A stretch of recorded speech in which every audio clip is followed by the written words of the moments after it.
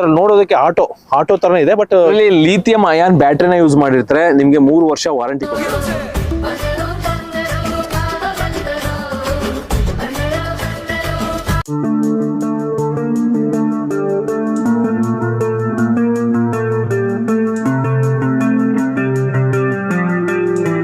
ನಮಸ್ಕಾರ, ನೀವು ನೋಡ್ತಾ ಇದ್ದೀರಾ public choice Kannada. Actually Komaki ಅವರು ಒಂದು ಹೊಸ ವಿಶೇಷವಾದಂತಹ ವಿಚಿತ್ರವಾದಂತಹ ಗಾಡಿಗಳನ್ನ ಮಾರ್ಕೆಟ್ಗೆ ಬಿಡ್ತಾನೆ ಇರ್ತಾರೆ. ಆದ್ರೆ ಈಗ ಒಂದು ವಿಶೇಷವಾಗಿರ್ತಕ್ಕಂಥ ಗಾಡಿ ಬಂದಿದೆ, ಎಲೆಕ್ಟ್ರಿಕ್ ಸ್ಕೂಟರ್. ಎಸ್ಪೆಷಲಿ ಇದನ್ನ ನಾವು ತುಂಬಾ ವರ್ಷಗಳ ಹಿಂದೆ ನೋಡ್ತಾ ಇದ್ವಿ. ಇದೇ ತರ ಒಂದು ಸೈಕಲ್ ಬರ್ತಾ ಇತ್ತು. ಆಕ್ಚುಲಿ ಇಲ್ಲಿ ಬಂದು ಒಬ್ರು ಸೈಕಲ್ ನ ಕುತ್ಕೊಂಡು ಪೆಡಲ್ ಮಾಡ್ಕೊಂಡು ಈ ತರ ಪ್ಯಾಸೆಂಜರ್ ನ ಕರ್ಕೊಂಡು ಹೋಗ್ತಾ ಇದ್ರು ದುಡಿಯಕ್ಕೆ ಅಂತಾನೆ. ಅಂದ್ರೆ ಅವಾಗೆಲ್ಲ ಮೋಟರ್ ಬೈಕ್ ಇರದೇ ಇದ್ದ ಕಾಲದಲ್ಲಿ ಈ ತರ ಒಂದು ಸೈಕಲ್ ಬರ್ತಾ ಇತ್ತು.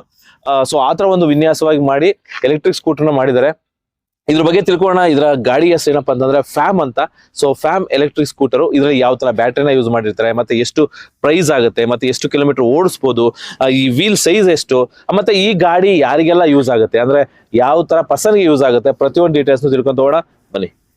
ಸ್ನೇಹಿತರೆ, ಏನ್ ನೋಡ್ತಾ ಇದ್ರು ಇದೇ ಫ್ಯಾಮ್ ವೆಹಿಕಲ್ ಅಂತ. ಇದು ಒಂಥರ ನೋಡ್ಲಿಕ್ಕೆ ತುಂಬಾ ಚೆನ್ನಾಗಿದೆ, ಮತ್ತೆ ಒಂದು ವಿಶೇಷವಾಗಿ ಡಿಫ್ರೆಂಟ್ ಆಗಿದೆ. ಸೊ ಎಸ್ಪೆಷಲಿ ಇದು ಕಮರ್ಷಿಯಲ್ ಪರ್ಪಸ್ಗೆ ಅಂತಾನೆ ಮಾಡಿರ್ತಕ್ಕಂಥ ಎಲೆಕ್ಟ್ರಿಕ್ ಸ್ಕೂಟರು. ಸೊ ಇದು ನೀವು ನೋಡ್ತಾ ಇದ್ರು, ನೀವು ಫ್ರಂಟ್ ಅಲ್ಲಿ ನೋಡ್ಬೋದು ಲೆಗೇಜ್ ಕ್ಯಾರಿಯರ್, ಫ್ರಂಟ್ ಕ್ಯಾರಿಯರ್. ಇದು ನೀವೇನ್ ನೋಡ್ತಾ ಇದ್ದೀರಿ, ಇದು ಫ್ರಂಟ್ ಕ್ಯಾರಿಯರ್. ಸೊ ನಿಮಗೆ ಟೆಲಿಸ್ಕೋಪಿಕ್ ಸಸ್ಪೆನ್ಷನ್ ಬರುತ್ತೆ. ಇನ್ನ ವೀಲ್ ಸೈಜ್ ಬಂದ್ರೆ ನಿಮಗೆ 12 ಇಂಚಸ್ 90x90 ವೀಲ್ ಸೈಜ್ ಬರುತ್ತೆ. ಮತ್ತೆ ಡ್ರಮ್ ಬ್ರೇಕು, ಇದ್ರಲ್ಲಿ ಯಾವುದೇ ರೀತಿ ಡಿಸ್ಕ್ ಬ್ರೇಕ್ ಸಿಗೋದಿಲ್ಲ, ಡ್ರಮ್ ಬ್ರೇಕು. ನಿಮ್ಗೆ ಇಲ್ಲಿ ಫ್ರಂಟ್ ಸೀಟು ಯಾರು ಡ್ರೈವ್ ಮಾಡ್ತಾರೋ ಅವ್ರಿಗೆ ಫ್ರಂಟ್ ಸೀಟು ಒಬ್ರು ಕಂಫರ್ಟ್ ಆಗಿ ಕುತ್ಕೋಬಹುದು. ಆಮೇಲೆ ಮತ್ತೆ ನಿಮಗೆ ಬಂದು ಕಾಲಲ್ಲೇ ಇರುತ್ತೆ, ಅದ್ರ ಜೊತೆಗೆ ನಿಮ್ಗೆ ಲೆಫ್ಟ್ ಸೈಡ್ ಬ್ರೇಕು ಸಿಗುತ್ತೆ, ಅಂದ್ರೆ ಲೆಫ್ಟ್ ಸೈಡ್ ಹ್ಯಾಂಡ್ ಬ್ರೇಕು ಸಿಗುತ್ತೆ, ಮತ್ತೆ ಕಾಲಲ್ಲೂ ಸಿಗುತ್ತೆ. ಇನ್ನೊಂದು ಏನಪ್ಪಾ ಅಂತಂದ್ರೆ ಇದರಲ್ಲಿ ಹ್ಯಾಂಡ್ ಬ್ರೇಕ್ ಇದೆ. ಈಗ ನೀವು ಕಾರಲ್ಲಿ ಫೀಲ್ ಮಾಡ್ತಿರೋ, ಕಾರಲ್ಲಿ ಹ್ಯಾಂಡ್ ಬ್ರೇಕ್ ಹಾಕೊಂಡು ಓಡಿಸ್ತಿರೋ, ಸೊ ಆ ತರ ಒಂದು ಹ್ಯಾಂಡ್ ಬ್ರೇಕ್ ಇದೆ. ಎಮರ್ಜೆನ್ಸಿ ಪರ್ಪಸ್ಗೆ ಹ್ಯಾಂಡ್ ಬ್ರೇಕು ಸಹ ನಿಮ್ಗೆ ಅವೈಲೇಬಲ್ ಇದೆ. ಇನ್ನ ಬ್ಯಾಕ್ ಸೈಡ್ ಸೀಟಿಗೆ ಕಂಫರ್ಟ್ ಬಂದ್ರೆ ನಿಮಗೆ ಇಬ್ರು ಕೂತ್ಕೋಬಹುದು, ಆರಾಮಾಗಿ ಇಬ್ರು ಕೂತ್ಕೊಂಡು ಓಡಿಸ್ಬೋದು. ಎಸ್ಪೆಷಲಿ ಇದು ರೆಸಾರ್ಟ್ ಗಳಲ್ಲಿ ಯೂಸ್ ಆಗುತ್ತೆ. ರೆಸಾರ್ಟ್ ಗಳಲ್ಲಿ ಆ ಪ್ಯಾಸೆಂಜರ್ ನ ರೆಸಾರ್ಟ್ ನೆಲ್ಲ ಸುತ್ತಾಡ್ಸೋದಕ್ಕೆ ಯೂಸ್ ಆಗುವಂತದ್ದು ಕಮರ್ಷಿಯಲ್ ವೆಹಿಕಲ್. ಇನ್ನ ಪರ್ಸನಲ್ ವಿಚಾರಕ್ಕೆ ಬಂದ್ರೆ ನಿಮ್ಗೆ ಏನಾದ್ರು ಯೂಸ್ ಆಗುತ್ತಾ ಅನ್ನೋದಾದ್ರೆ, ನೀವು ಮನೆಯಲ್ಲಿ ಹಳ್ಳಿಗಳಾಗ್ಬೋದು, ಸಿಟಿಲಾಗ್ಬೋದು, ಎಲ್ಲಿ ಬೇಕಾದ್ರೂ ನೀವು ತಗೊಂಡ್ಬೋದು. ಇದು ರಿಜಿಸ್ಟರ್ಡ್ ವೆಹಿಕಲ್. ಎಸ್ಪೆಷಲಿ ನೀವು ರಿಜಿಸ್ಟರ್ ಮಾಡ್ಕೊಂಡೆ ಈ ವೆಹಿಕಲ್ ನ ತಗೋಬೇಕಾಗತ್ತೆ.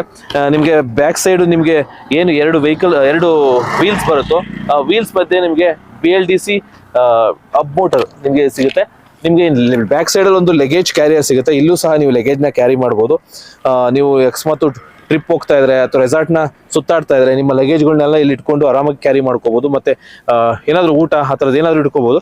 ಇನ್ನ ಎಸ್ಪೆಷಲಿ ಈ ಗಾಡಿನ ಓವರ್ ಆಲ್ ಗಾಡಿ ನೋಡ್ತಾ ಇದ್ರೆ ಒಂಥರ ನೋಡೋದಕ್ಕೆ ಆಟೋ ತರನೇ ಇದೆ. ಬಟ್ ನಿಮ್ಗೆ ಟಾಪ್ ರೂಪಿಂಗ್ ಒಂದು ಇರೋದಿಲ್ಲ. ಆಮೇಲೆ ನಿಮ್ಗೆ 3 ಜನ ಕುತ್ಕೊಂಡು ಹೋಗ್ಬೋದು ಆರಾಮಾಗೆ. ಬ್ಯಾಕ್ ಸೈಡ್ ಇಬ್ರು, ಫ್ರಂಟ್ ಅಲ್ಲಿ ಒಬ್ರು, 3 ಜನ ಕುತ್ಕೊಂಡು ಹೋಗ್ಬೋದು. ಮತ್ತೆ ನಿಮ್ಗೆ ಇನ್ನೊಂದು ಡಿಕ್ಕಿ ಸ್ಪೇಸು, ಆಮೇಲೆ ಬೂಟ್ ಸ್ಪೇಸು ತುಂಬಾ ಸಫಿಶಿಯಂಟ್ ಆಗಿದೆ. ಅದನ್ನು ನೋಡಿ, ಸಫಿಶಿಯಂಟ್ ಬೂಟ್ ಸ್ಪೇಸು ಎಷ್ಟಿದೆ ಅಂದ್ರೆ ನಿಮ್ಗೆ ಆರಾಮ್ಸೆ ತುಂಬಾ ಒಂದು ಲ್ಯಾಪ್ಟಾಪ್ ಇಡ್ಬೋದು, ಬ್ಯಾಗ್ ಇಡ್ಬೋದು, ಮತ್ತೆ ಆಲ್ಮೋಸ್ಟ್ ಬಟ್ಟೆಗಳು ಇಟ್ಕೊಂಡು ಹೋಗ್ಬೋದು, ಎಷ್ಟು ಬೇಕಾದ್ರೂ ಕ್ಯಾರಿ ಮಾಡ್ಬೋದು.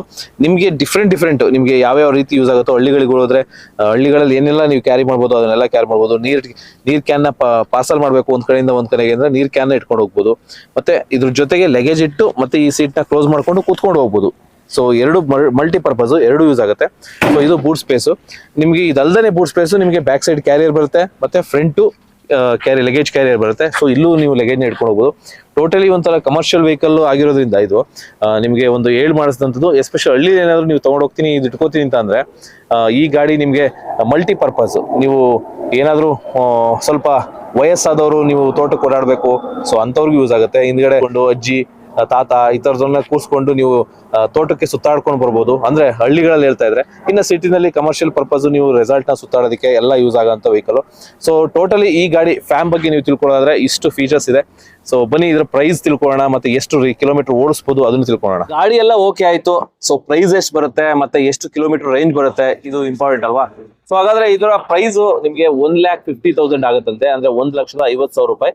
ಸೊ ನೆಗೋಷಿಯಬಲ್ ಇರುತ್ತೆ. ನೀವು ಬಂದು ವಿಚಾರಿಸ್ಕೊಂಡು ನೀವು ನೆಗೋಷಿಯೇಟ್ ಮಾಡ್ಕೋಬಹುದು.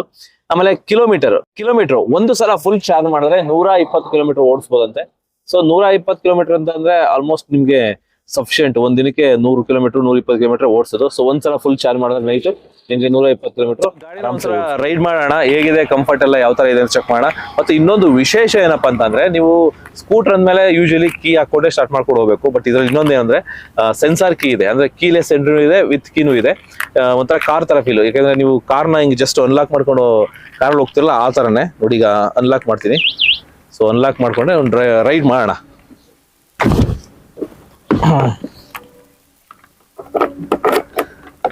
ಆದ್ರೆ ಟೂ ವೀಲರ್ ರೈಡ್ ಮಾಡ್ಬೇಕಾದ್ರೆ ಹೆಲ್ಮೆಟ್ ಹಾಕೋದನ್ನ ಮಾತ್ರ ಮರಿಬೇಡಿ. ಸೇಫ್ಟಿಗೋಸ್ಕರ ಮತ್ತೆ ಗವರ್ಮೆಂಟ್ ರೂಲ್ಸ್ ಎರಡೂ ಪ್ರಕಾರನೂ ಹೆಲ್ಮೆಟ್ ಹಾಕೊಳ್ಳಿ. ಇದ್ರಲ್ಲಿ ಇನ್ನೊಂದು ವಿಶೇಷ ಏನಪ್ಪಾ ಅಂತಂದ್ರೆ, ಮೂವ್ ಆಗೋದಕ್ಕಿಂತ ಮುಂಚೆ ಹ್ಯಾಂಡ್ ಬ್ರೇಕ್ ಲಾಕ್ ಮಾಡಿರ್ತೀವಿ. ಸೊ ಇಲ್ಲಿ ಹ್ಯಾಂಡ್ ಬ್ರೇಕ್ ಇದೆಯಲ್ಲ, ಇದು ಲಾಕ್ ಆಗಿರುತ್ತೆ. ಎಸ್ಪೆಷಲಿ ಲಾಕ್ ಆಗಿ ಇಳಿದ್ರೆ ನಿಮ್ಗೆ ಗಾಡಿ ಒಂದು ಸುಮ್ನೆ ಮೂವ್ ಆಗಲ್ಲ. ಯೂಶಲಿ ಡೌನ್ ಇದ್ದಾಗ ಮೂವ್ ಆಗೋಂಥ ಚಾನ್ಸಸ್ ಇರುತ್ತೆ. ಸೊ ಹಾಗಾಗಿ ಮೂವ್ ಆಗಬಾರ್ದು ಅಂದ್ರೆ ಈ ತರ ಹ್ಯಾಂಡ್ ಬ್ರೇಕ್ ಹಾಕಿರ್ಬೇಕು. ಇವಾಗ ಹ್ಯಾಂಡ್ ಬ್ರೇಕ್ ನ ರಿಮೂವ್ ಮಾಡಿ, ಅಂದ್ರೆ ಹ್ಯಾಂಡ್ ಬ್ರೇಕ್ ನ ಬಿಟ್ಟು ನಾವು ಗಾಡಿನ ಓಡಿಸ್ಬೇಕು. ಸೊ ಇವಾಗ ನೋಡಿ, ಫಸ್ಟ್ ಮೋಡಲ್ಲಿ ಹೋಗ್ತಾ ಇದೀನಿ.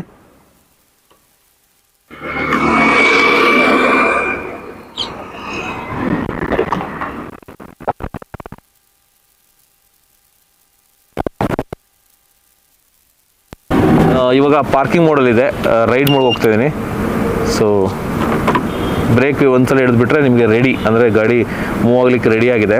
ಸೊ ಇಲ್ಲಿದ್ರೆ ಡ್ರೈವ್ ಮೋಡು, ಅಂದರೆ ಮುಂದೆ ಹೋಗೋಂಥದ್ದು. ಇದು ರಿವರ್ಸು. ಈ ಥರ ಏನಾದ್ರು ಆಗ್ತಂದ್ರೆ ರಿವರ್ಸ್ ಹೋಗ್ಬೋದು. ನೋಡಿ, ನೀವು ರಿವರ್ಸ್ ಹೋಗ್ತೀನಿ. ಇವಾಗ ನೋಡಿ ರಿವರ್ಸ್ ಹೋಗ್ತೀನಿ. ಡೌನ್ ಇರೋದ್ರಿಂದ ಸ್ಪೀಡ್ ಹೋಗ್ತಿದೆ ರಿವರ್ಸು. ಸೊ ನೀವೇನಾದ್ರು ಅಪ್ಪಲ್ಲಿ ರಿವರ್ಸ್ ತಗೋಬೇಕು ಅಂದ್ರೆ ಆರಾಮಾಗೆ ಒಂಥರ ಕಾರ್ ಥರ ರಿವರ್ಸ್ ತಗೋಬಹುದು. ನೆಕ್ಸ್ಟ್ ಇವಾಗ ರೈಡ್ ಮೋಡ್, ಅಂದ್ರೆ ಮುಂದೆ ಡ್ರೈವ್ ಮಾಡ್ತೀವಿ.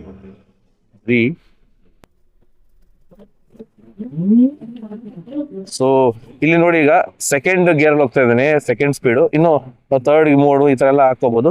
ಇನ್ನೊಂದು ಏನಪ್ಪಾ ಅಂತಂದ್ರೆ, ಸಪೋಸ್ ಎಕ್ಸ್ಟ್ರಾ ಲೋಡ್ ಇದೆ, ಅಂದ್ರೆ ತುಂಬಾ ಸಿಕ್ಕಾಬಟ್ಟೆ ವೆಯ್ಟ್ ಇದಾರೆ, ಪಿಕಪ್ ತಗೋತಾ ಇಲ್ಲ ಅಂತ ಅಂದಾಗ, ನಿಮ್ ಸಸ್ಪೆನ್ಷನ್ ವೈಸ್ ನೀವು ಮಾತಾಡಿದ್ರೆ ಕಂಫರ್ಟ್ ಆಗಿದೆ. ಯಾಕಂದ್ರೆ ಸಸ್ಪೆನ್ಷನ್ ತುಂಬಾ ಚೆನ್ನಾಗಿದೆ. ಯಾಕಂದ್ರೆ ನಿಮ್ಗೆ ಜಾಸ್ತಿ ಕುಕ್ಕೋದು ಆ ತರದ್ ಏನಿಲ್ಲ, ಆರಾಮಾಗೆ ಹೋಗುತ್ತೆ. ಒಂಥರ ಆಟೋದಲ್ಲಿ ಏನು ಹೋಗ್ತಿರೋ ಅದೇ ತರ ಹೋಗುತ್ತೆ. ಮತ್ತೆ ಟೂ ವೀಲರ್ ಅಲ್ಲಿ ಹೋಗುತ್ತೆ. 3 ಜನ ಕುತ್ಕೋಬಹುದು ಅಂತ ಏನು ಹೇಳಿದ್ರಿ. ಸೊ ಅಪ್ಪಲೆಲ್ಲ ಎಳೆಯುತ್ತಾ, ಎಲೆಕ್ಟ್ರಿಕ್ ಸ್ಕೂಟರ್ ಅಪ್ಪಲ್ಲಿ ಎಳೆಯುತ್ತೆ ಅನ್ನೋ ಒಂದು ಕೆಲವೊಂದು ಡೌಟ್ ಇರುತ್ತೆ. ಸೊ ಆ ತರ ಸಿಚುವೇಶನ್ ಅಂದ್ರೆ, ಏನಾದ್ರು ಸಿಕ್ಕಾಪಟ್ಟೆ ಲಗೇಜ್ ಹಾಕೊಂಡಿದ್ದೀರಾ, ಅಥವಾ ತುಂಬಾ ವೆಯ್ಟ್ ಇರೋರು, ತುಂಬಾ ಪರ್ಸನ್ ತೂಕ ಇರೋಂಥವ್ರನ್ನ ಕೂರ್ಸ್ಕೊಂಡಿದ್ದೀರಾ ಇಬ್ಬರನ್ನ ಅಂತ ಅನ್ನೋ ಟೈಮಲ್ಲಿ ನಿಮ್ಗೆ ಎಕ್ಸ್ಟ್ರಾ ಪವರ್ ಬೇಕು ಅಂತ ಅಂದಾಗ ಈ ತರ ಒಂದು ಎಕ್ಸ್ಟ್ರಾ ಗೇರ್ ಬೇರೆ ಕೊಟ್ಟಿದ್ದಾರೆ. ಇದನ್ನ ಮುಂದೆ ಫ್ರಂಟ್ ಹಾಕೊಂಡು ನೀವು ಮೂವ್ ಮಾಡಿದ್ರೆ, ಸೊ ನಿಮ್ಗೆ ಎಷ್ಟೇ ಲೋಡ್ ಇದ್ರು ಅಪ್ಪಿದ್ರು ಮುಂದೆ ಹೋಗುತ್ತೆ.